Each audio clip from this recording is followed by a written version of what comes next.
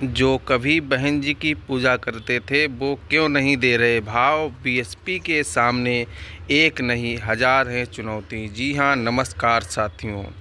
मायावती अब अपनी रणनीति को धार देने में जुटी हैं।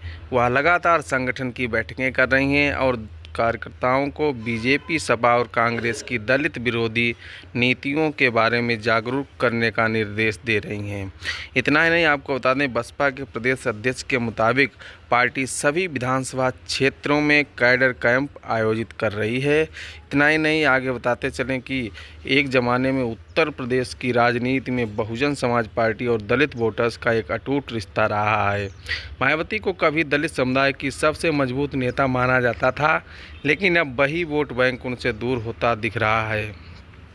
2007 में बसपा ने पूर्ण बहुमत की सरकार बनाई थी, लेकिन इसके बाद से लगातार चुनावी नतीजे मायावती के खिलाफ जाते रहे हैं।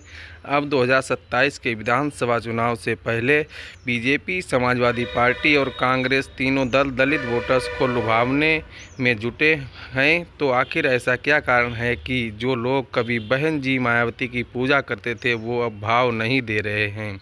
मुख्यमंत्री योगी आदित्यनाथ ने हाल ही में विधानसभा में बजट पर चर्चा के दौरान साफ कर दिया कि उनकी सरकार दलितों और कमज़ोर तबकों के कल्याण को प्राथमिकता देगी। बीजेपी दलित वोटर्स को वापस लाने के लिए पूरे राज्य में दलित आउटरीच कार्यक्रम चला रही है। वहीं 2024 लोकसभा चुनाव में सपा ने पीडीए पिछड़े दलित अल्पसंख्यक गठजोड़ के जरिए अच्छी सफलता हासिल की थी और अब इसे 2027 में दोहराने की कोशिश कर रही है। अखिलेश यादव दलित मुद्दों पर जोर दे रहे हैं और संविधान बचाओ अभियान के तहत दलितों को जोड़ने का प्रयास कर रहे हैं। इस दौड़ में कांग्रेस भी पीछे नहीं है। राहुल गांधी ने रायबरेली में दलित छात्रों से बातचीत के दौरान खुलकर सवाल किया कि बहन जी चुनावों में सक्रिय क्यों नहीं हैं। कांग्रेस पूरे यूपी में दलित समुदाय को संगठित करने के लिए कई अभियान चला रही है।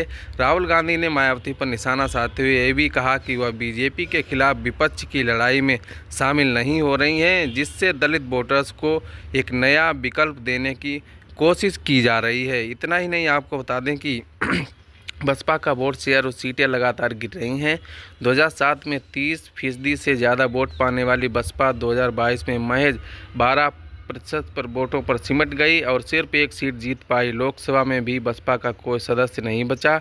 वहीं आज़ाद समाज पार्टी के चंद्रशेखर आज़ाद दलित युवाओं के बीच तेज़ी से लोकप्रिय हो रहे हैं, जो बसपा के लिए नए चुनौती बन गए हैं। मायावती अब अपनी रणनीति को धार देने में जुटी हैं।